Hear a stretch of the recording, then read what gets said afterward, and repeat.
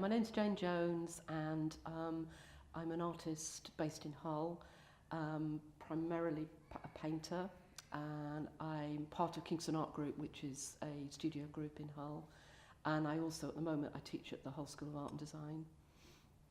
So Kingston Art Group started in 1989, and so we're the longest running studio providers.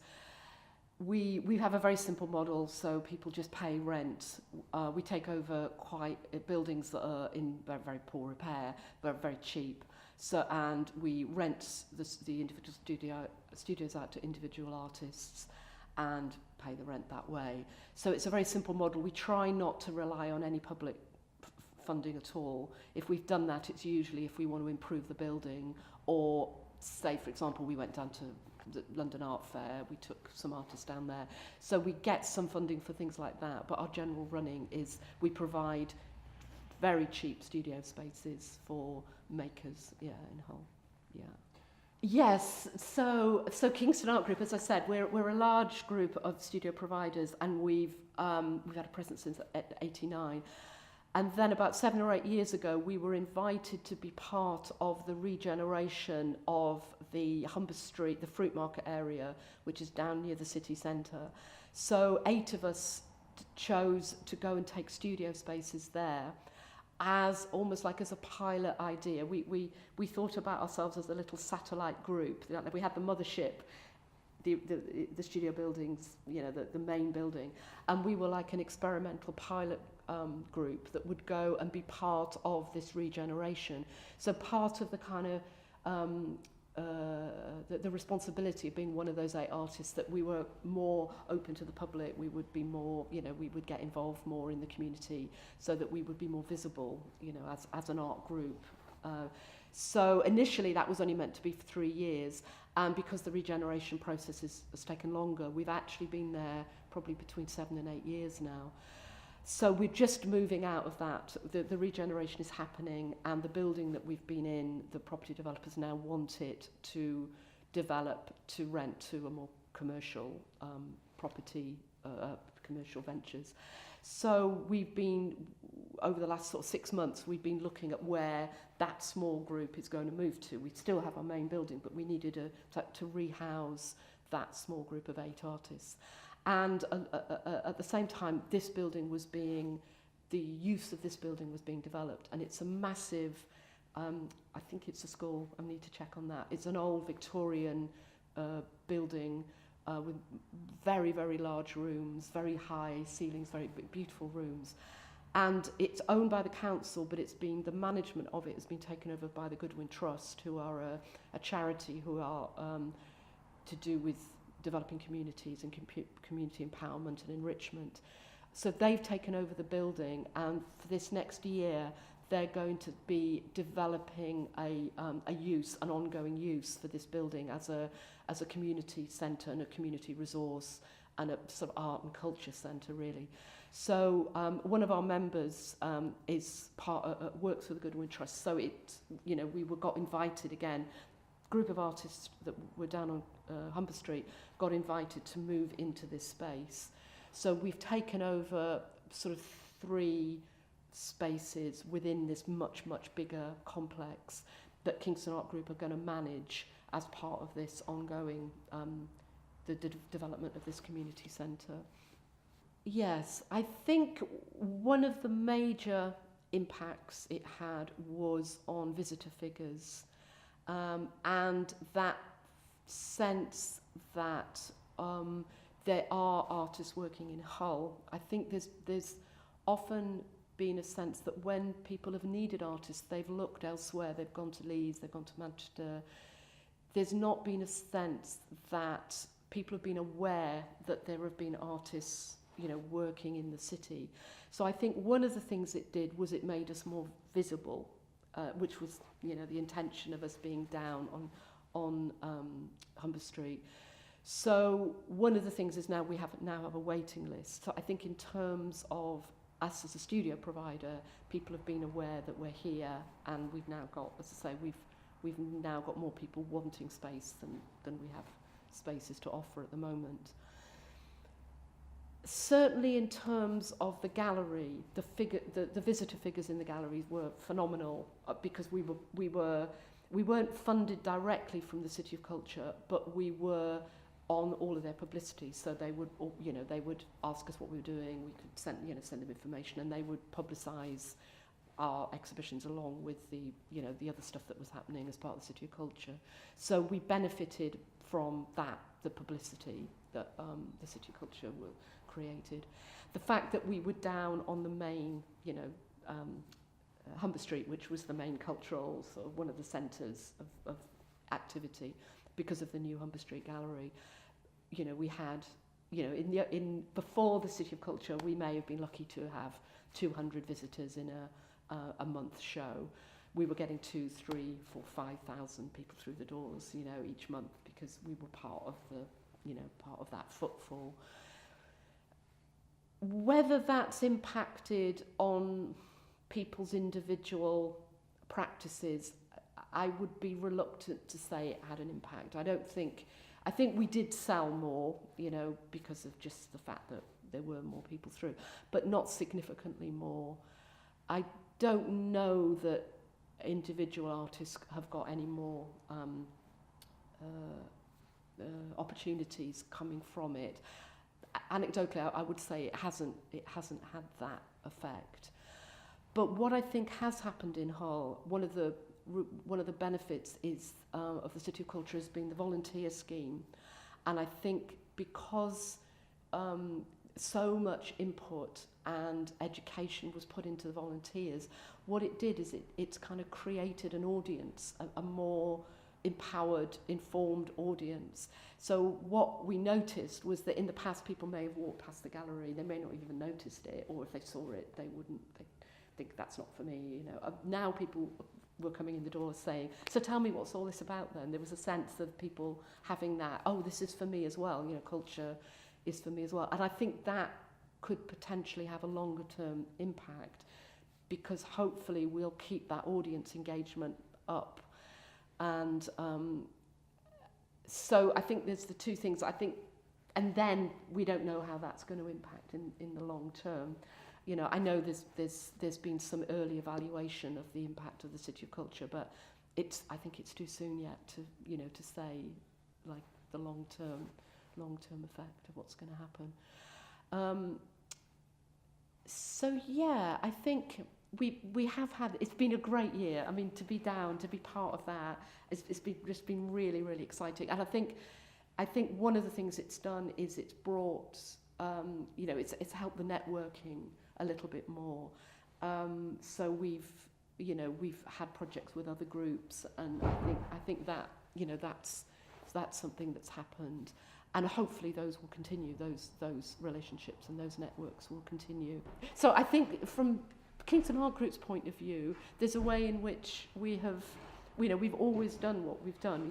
We've had a very, very simple model, and we've done that successfully over, nearly 30 years. And there's a sense that the City of Culture happened. We will have benefited from it in some ways, but now we're going to carry on doing that, that very simple model. So we've sort of, in a way, we've kind of resisted, we've resisted doing anything additional, really. The gallery happened just because we had that great space, and it's taken a lot of energy. There's been maybe 4 or 5 of us that have run that gallery, and it has taken a lot of energy. So we're now at the point where we're stepping back, thinking, do we really want to carry on doing that, or do we just want to get on and back to making work again? So yeah, it's been a very, very enriching experience, the City of Culture. But I think in terms of the group itself, I think our purpose and our function and our mission statement is so simple and so basic that I think we will just carry on doing that. Yeah. Well, Hull still holds the title for this year and another 2 years till Coventry takes over. And they want the legacy to go on of the volunteers, because they feel that the public, and this is what the public has told, they get a far better experience with having us there, that they can ask us and they feel safer. I even got told the other day by a gentleman, it's nice to see the volunteers around still. So we've been appreciated, but it's what I like about it. We have had other volunteer opportunities, haven't we? But this is variety. You get so many different opportunities. You can experience different things, and that's what I like. And you can sign up for volunteering when you want and as often as you want. And so you're not stuck to one place or a set time or a set day. And that's what I like, and all the different people you can meet. I think on a personal level as well, if you're quite a shy person, which I think I could classify myself as being, when you put this uniform on, you take on a different role. Yes. You're not you are. But because you've got that role as a volunteer, I think the confidence that it gives you, and you can now go into any situation and help people and be quite comfortable in anybody's company. Whereas before you might have been on the outside looking in, now you're quite happy on the inside looking out. So would you? I think. Yes, definitely. So would you continue to work within this role? For as long as they Oh want yes, to. as long as they want Yes, us. Yeah. definitely. And would you consider working with possibly other organisations that are kind of linked to cultural events? If it was interesting enough and you had the time to do that, Yeah. possibly. Has it? So I assume, did you three know? Didn't know each other at all. And you've kind Still of developed you've developed a relationship of just purely off the back of this. volunteering, Yeah. I mean, it doesn't matter. You still, when you go and do a duty, you can still meet someone new. Yeah. Or you meet an old friend that you've done duty with Yes. before. But you get that camaraderie because we're all volunteers. Yes.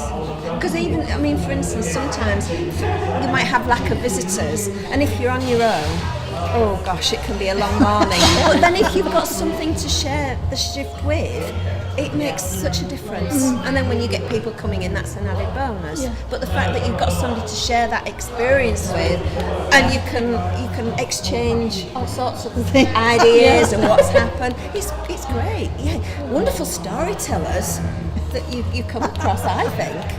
It's brilliant. Do you think that cultural offer is going to continue to develop and grow over the coming years? We hope so. Yes. We hope so very much. Do you think what do you think will potentially drive that forward? Well, the volunteers are already there, so the impetus has got to come from high up, the ones that are behind what's being put on, really, i.e. council and all the organisations linked to the council. If they're there, we're here. Do you think there's a sustainable appetite from people around Hull, based in and around Hull, to want to participate within cultural activities? Yes, Yes, I think I think there are, yes. definitely. Because one or two people have said that they're missing seeing us on the streets all the time. Oh, we don't see you like we used to. So yeah, but it's still, I think, the impetus is It's still probably there, isn't still it? in a way a bit sort of early days, isn't it? Because so much was done last year. People are sort of, I think the new management planning the feet, and other people are sort of, not everybody realised that they could maybe have had volunteers to help assist with things, and I think it's, finding that out. Well, we don't cost anything, do we? No. And they probably don't realise that yes, we could help out. I think it's great being a volunteer. Yeah, I do. I like the You uniform. don't as miss us. well. And I like the uniform. And even the most miserable person says, hello, you can get a smile out of them, which you might not do if you're just in your ordinary Sometimes you clothes. have to try a bit harder than And a smile makes such a difference, doesn't it? Yes. My name's Katie Atkins. I am the Community Projects Coordinator for Absolutely Cultured, but I was originally a City of Culture volunteer as well, which sort of moved me into this role. So, is that all right? Yeah, that's great. enough? Thank you. Yeah. and I'm Harriet Johnson, and I'm the Volunteer Programme Manager, and I've worked since January 2016 on the volunteer programme for Hull 2017, and now Absolutely Cultured. So 2016-2017 there was UK City of Culture, and there was a volunteer programme that was designed and implemented to support and service the artistic programme. The idea was that anything that you went to could be enhanced by the volunteer presence and the support that they had. So it was this huge programme across the city. And about maybe halfway through 2017 that we realised what legs the programme had, that it was more than we could ever imagine, and it was decided that whatever the legacy was of the City of Culture, that the volunteers had to be part of that. And that's, as Absolute Culture blossomed, it was known that the volunteer programme would run alongside and within that new organisation. Probably the biggest challenge is managing expectations of the volunteers. So we've had the most incredible year in 2016. 17, there was so much happening, like every single day, this volume, and so many people put parts of their life on pause to throw themselves into it, and there has to be a natural calm in, and then a more organic growth from that moving forward for us to be sustainable. So it's making sure that people want to wait a little bit and come with us on that journey. But I think we've got through that, and now there's more and more happening, that there's that energy's building again in a more sustainable way, which is quite exciting to me, because that's how we get the longitude of the work and the efforts we're doing actually having an impact on the city. We've got new staff, so we've got new funding, and it's so exciting for us to have someone like Katie who's been a volunteer and is now going to be delivering a really exciting project. So there's just this energy, isn't there, and this enthusiasm. Absolutely, and I think sort of the next stages of it are taking that kind of existing cohort of volunteers that we've got, who are amazing, but empowering them even further and upskilling them even more to do maybe sort of different types of volunteering to what happened in 2017. So 9 out of 10 of our volunteers feel like they made a difference to the city they live in, and I think that's such a powerful statistic, because it means you can sort of assume that it means that they felt there's been a difference to them, so much so that they felt that they could invest in the place that they're from. And if we can allow them and empower them to keep doing that, it's quite exciting what could infiltrate the fabric of the city. And I think there's a shift in an energy, not just from the volunteers but from the whole city and all the infrastructure organisations, that there's this potential now of moving forwards. And there's sort of two things. Absolute Culture are very much an arts and culture organisation, and they want to grow that in the city and continue that transformational art, and that switching people on to exciting art forms.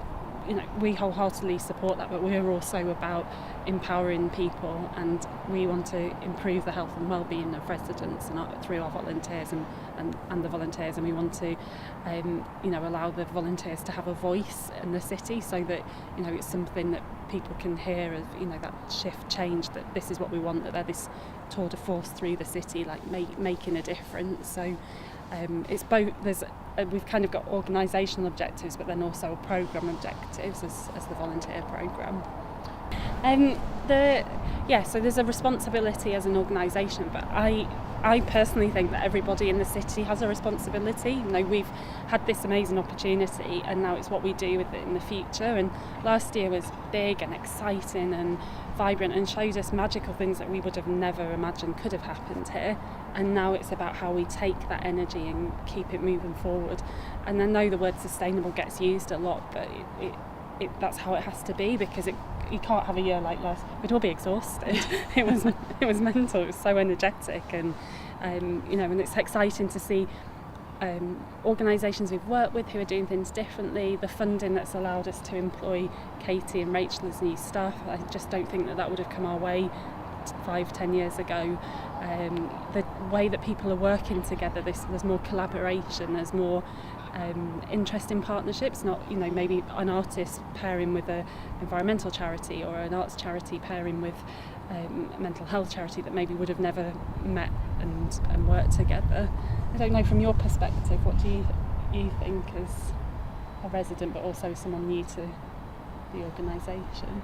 I think for me it's about sort of taking that big spectacle, large scale stuff that happened in 2017 and sort of moving into a more grassroots level, or taking it out to communities, and ensuring that people in sort of all communities in the city feel the involvement in that, and maybe sort of moving away from, because a lot of the things, the spectacles were in the city and in the city centre, and I've worked on the Back to Ours Festival, which is very much about going out into the communities themselves and using community spaces, and this is sort of where my job role's going. It's about getting out into those communities but using what we've got, which is the strength of our volunteer team as it is, to take that forward into the communities at grassroots level. So I think everybody does nowadays. It's a different landscape, and I think it's more, I don't know, I feel like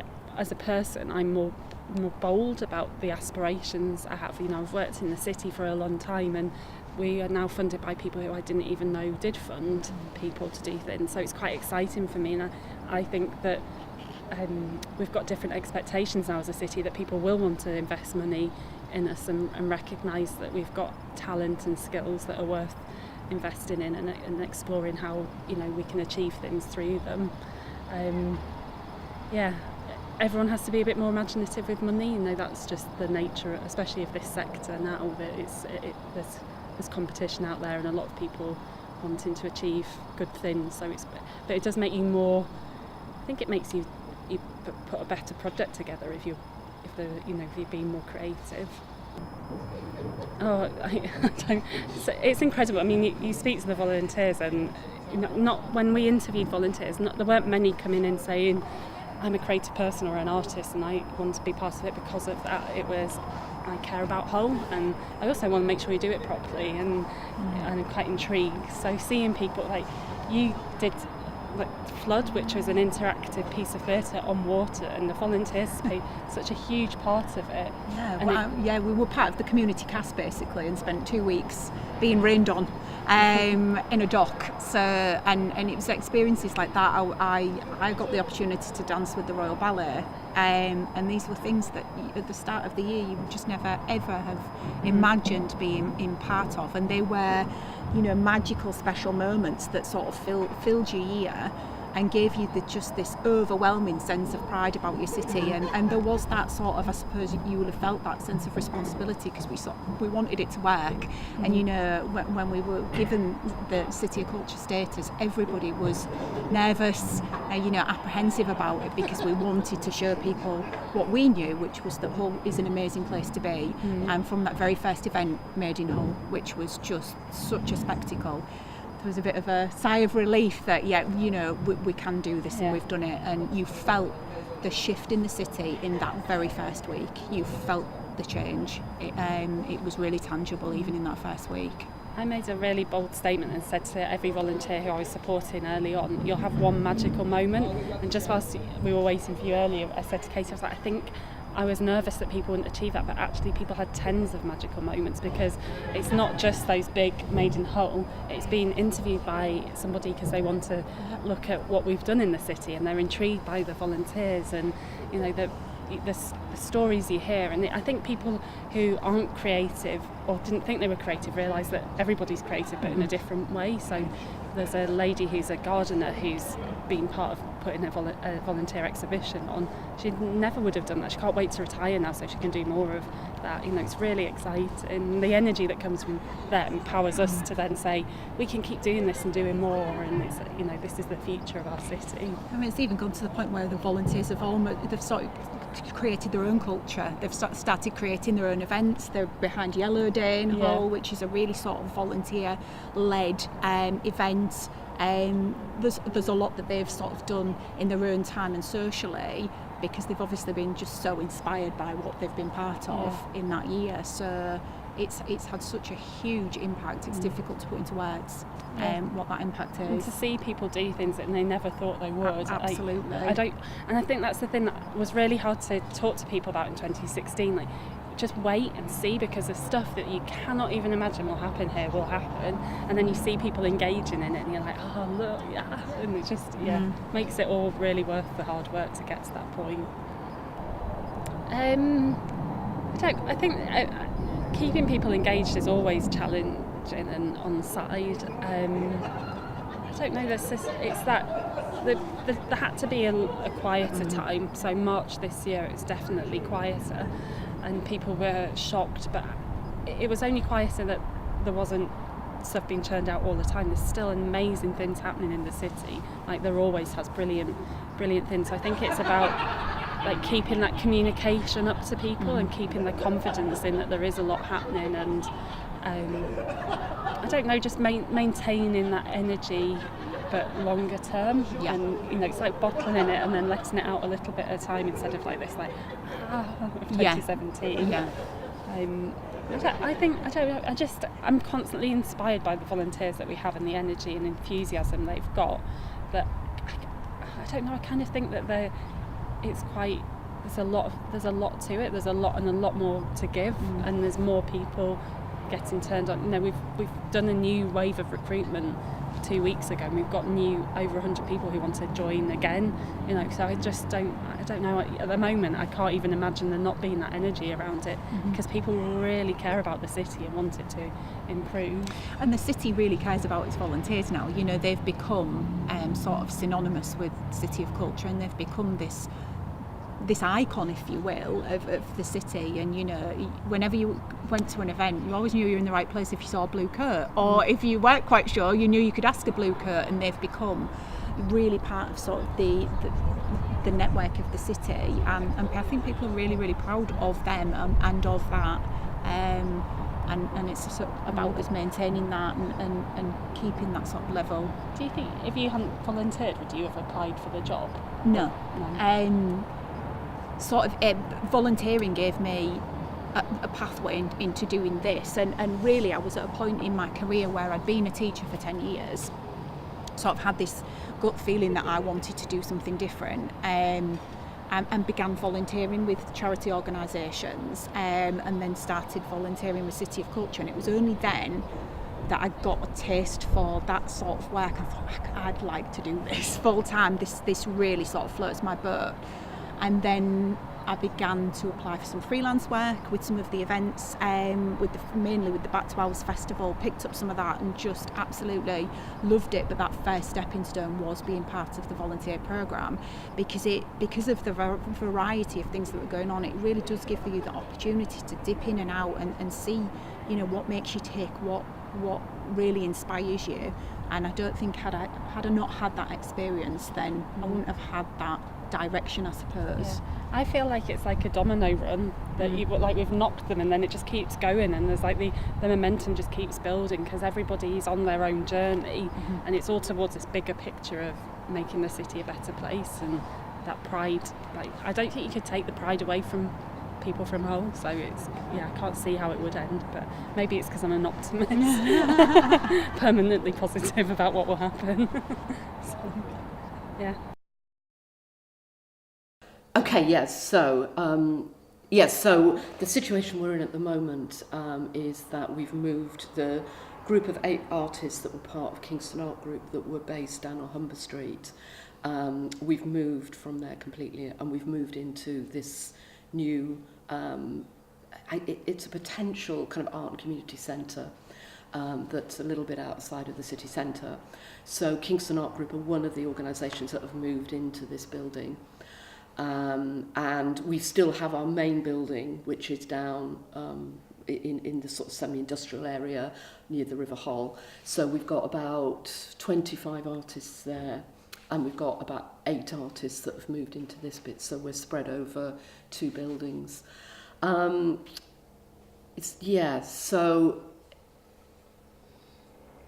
it feels like sort of post-City of Culture that the kind of landscape is beginning to shift a little bit, and I think this new centre here has got quite a strong gravitational pull, I think, because there's so much space here, and because the Goodwin Trust, who are managing it, are quite open to what kind of usage it's going to have. They have an idea of it being creative and community kind of based, but within that they're quite open to people coming along and coming up with ideas.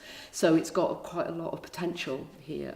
So I think quite a lot of people are gravitating here because of the amount of space and the opportunity that's suddenly arisen. So that's going to be quite an interesting dynamic between this sort of area and the Humber Street area itself, you know, how that's going to kind of manage. I think, speaking from Kingston Art Group, then no, you know, from as an art group. From myself, I feel I really want that area to work, and I can really see that there could be potential issues around maintaining that area. I think having Humber Street Gallery down there is fantastic. You know, we've never had that kind of, you know, that contemporary art gallery with the kind of funding that's going to be able to bring in some, you know, high profile artists and international artists. And show them in that kind of space. We've never had that kind of space in Hull in the time that I've been here, 30 odd years. So that's really, really exciting. But it's one of the problems with that area is it is a little bit isolated from everything else that's going on. We've got the A63, which is quite a dangerous road that cuts that area off from the rest of the city, and so I think people, it's a cut-off area. Whether that will change when they have the residential, the Beale housing, little housing estate that they're building there, that might make it feel a little bit more integrated into something else. But at the moment, it still feels a little bit isolated. And it's a long way away from where the artists tend to live and tend to hang out, so, which is more around this area, the Avenues area and Princess Avenue area. So personally, I really want that to work, because I have a lot of respect for Whitelands, the property developers. I think they're trying very hard to get it right, and I think, you know, there potentially could be,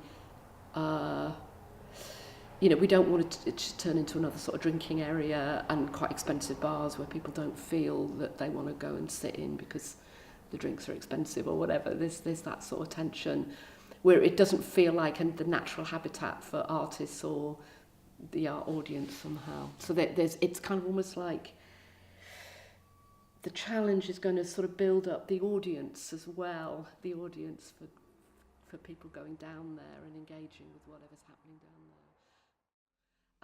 Yes, so basically what's happened is over the last few years, the Hull School of Art and Design, which is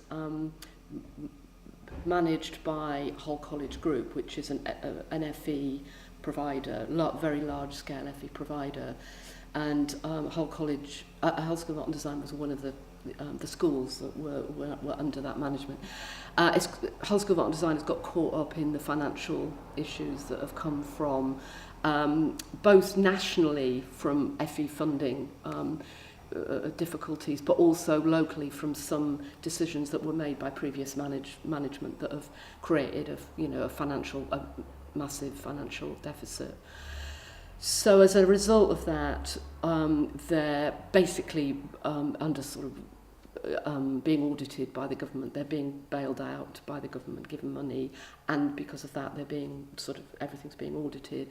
And as part of that process, one of the decisions that was made was to cut the staff, cut the staff numbers very, very drastically across the whole of the college. This isn't just so across the whole of the college, there's between 300 and 400 people going, which is about a quarter of the work of the teaching staff.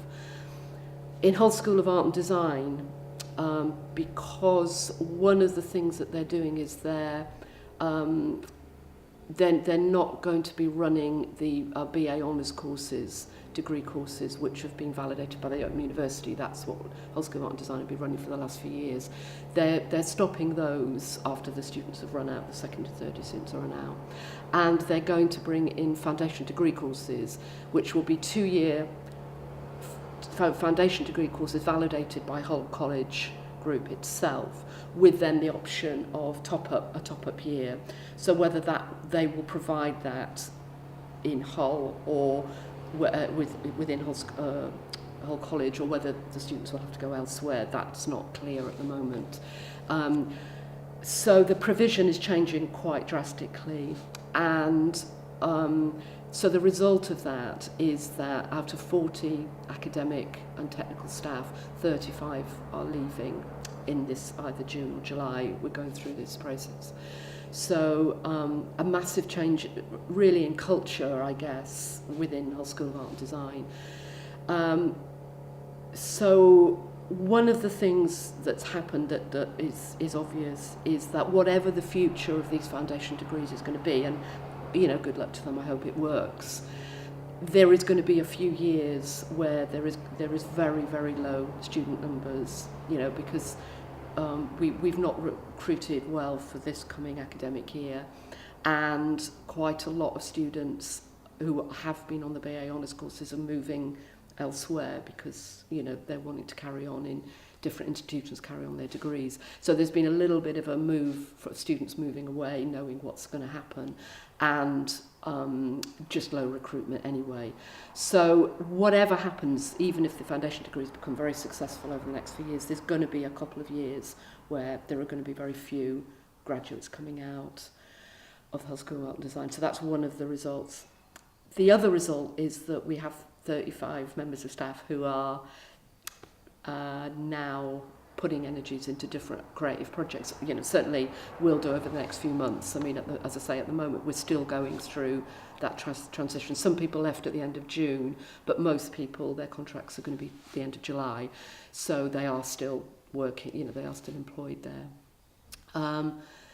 So that's a situation there, which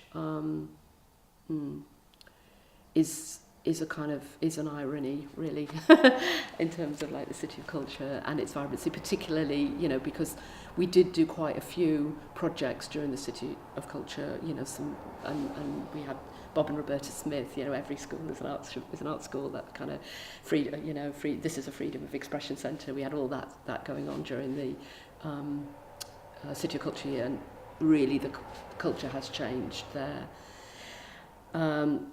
So one of the things I think, you know, is what I was saying earlier as well, it feels a little bit like the landscape is in the process of shifting, and we're probably going to have to wait 6 months, a year to see how that's all going to settle down again, because we are literally going through that process as we speak. I think that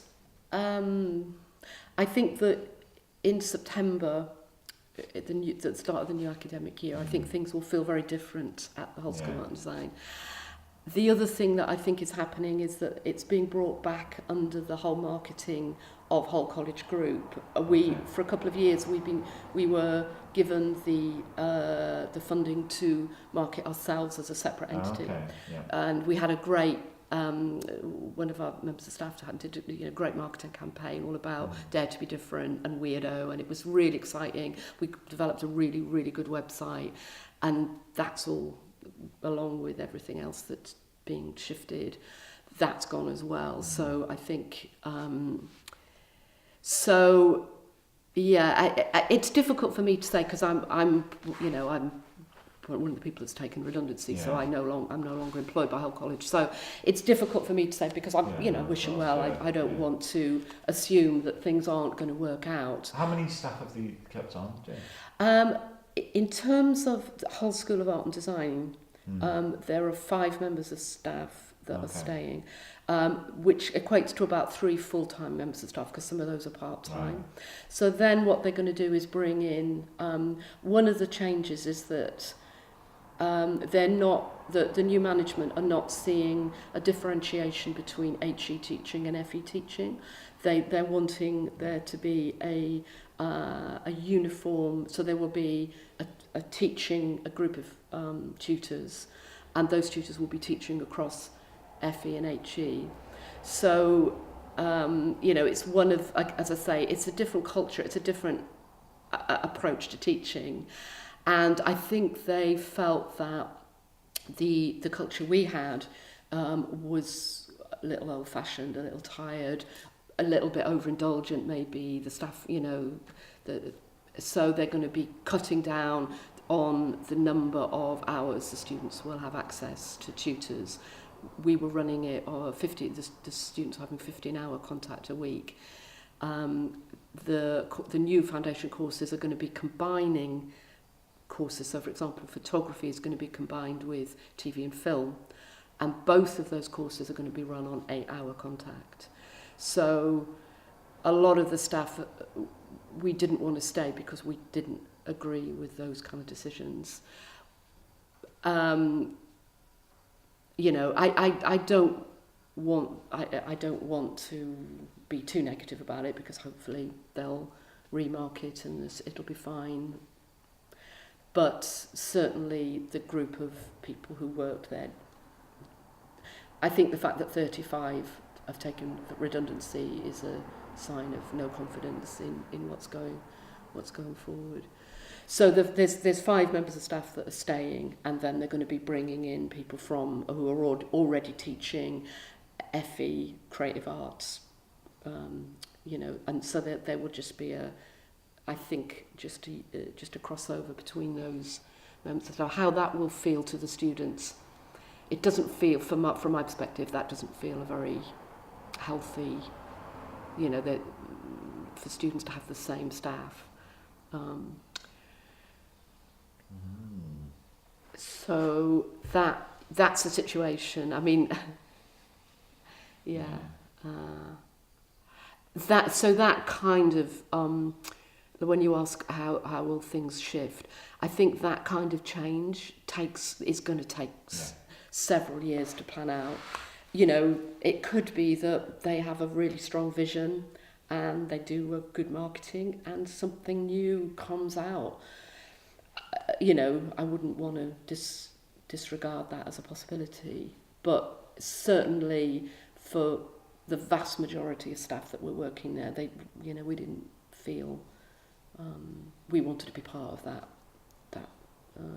that new culture. And, you know, probably off the record, it was made clear that they didn't want us to stay anyway, you know, so it was a mutual divorce process. So now what it feels like is, post City of Culture, we've gone back to our core function. You know, we've got our main building, which carries on providing space, and then the 8 people that were down at Humber Street are now moved into this space. So we're going to wait to see how this pans out over the next year. So we're, in a way, and we don't have a gallery space. That was one of the differences on Humber Street. When we got into that building, we realised there was this great space, and it felt too good an opportunity to turn it into a studio. So we ran that for 7 years. We ran that as a gallery. So that's one of the big differences. We no longer have that public face, which we did for 7 years. So we've kind of really gone back into our core business, which is providing cheap, you know, studio space. And but what people have said to me, that I think because we were visible for those 7 years, I think people are more aware that we exist now. Because I think before not so much Humber Street, City of Culture, but the whole Humber Street experience, people really didn't know we existed. We were shut away in a building. We actually more or less we function as a private club, really. You know, people just come in, they can do what they like in their space, they pay their rent, and that's it. So I think it was really good being visible for that 7 years. So I think people are now a little more aware that we do exist as a group. But we no longer have a gallery or, you know, like a direct public front. So yeah, we've just gone back. We're still much the same. It always feels with Kingston Art Group, we're very prosaic, you know, we just get on with that, providing that. So there is discussion now within Hull, I think, post City of Culture, about whether there is space now for another kind of studio group, you know, something that is maybe a little bit more aspirational. Maybe it's got some professional development or advocacy or agency kind of attached. So that discussion's beginning to happen, whether that is situated down Humber Street or, you know, so that I think there is that discussion. But that's fine, because I think Kingston Art Group will just carry on doing what it does. Yeah, one of the exciting new potential developments within Hull at the moment is something called the Feral Art School. and it's a cooperative. It's a CIC as a business. It's a community interest company, but it's organised on cooperative principles, and there's a small core founder group of 7, and we are all local educators and artists based in Hull, and we're looking at really sort of different models of art education. So we're not necessarily looking to do academic validated courses, certainly not at the moment. We're looking at and it does link in with the City of Culture legacy, because one of the things that we recognised during that experience was how enthusiastic the volunteers were to learn. You know, there's this massive body of people who were engaging art, and they really wanted to know more about it. So there was a series of masterclasses that were run during the City of Culture, which were designed to give the City of Culture volunteers more background to art and culture and discussions and, you know, critical debate and all those kind of things. So there was a whole series of those ran last year, and what we realised was there was this whole appetite out there for those kinds of courses. So initially the Feral Art School is going to be looking at providing courses for that kind of, almost like the old adult education, but that's now becoming a very old-fashioned term for it. But it's those people who don't necessarily want a degree. They may be retired, they may already have degrees. They don't necessarily want to be paying a lot of money, like £7,000, you know, to get that kind of degree. They don't really need an academic qualification, but it's looking at new models of, of art education provision, which might involve the students themselves guiding where that provision goes. So that's why we're looking at this more sort of collective cooperative model, so that the students can become part of the cooperative as well. So that's a really exciting potential project, and at the moment we're running a small pilot scheme where we've got some of the City of Culture volunteers who we're calling it the Feral Foundation. So they're getting a taster in drawing and printmaking, a taster in painting. We're going to do we're calling it Feral Dialogues, where they're getting a little bit of discussion and critical discussion, and then finally we're going to have some kind of output. That might be an exhibition, it might be a performance, it might even be a piece of writing. So we're going to get the students to produce something at the end, some kind of outcome, and we're providing that in exchange for that group of people helping us to guide where we're going to go next.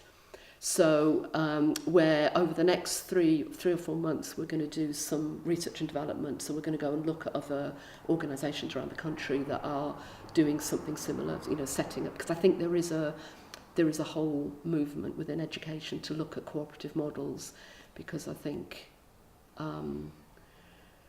there's beginning to be a lot of questioning about this sort of neoliberal commodification of education. So I think it comes within a bigger national picture as well. So we're going to do some sort of research and development, and then maybe look to start to run more courses in January next year. So to develop maybe a series of courses that we'll run. And we're not, at the moment, we're not looking to have our own building, because buildings are obviously expensive, and they come with their own problems.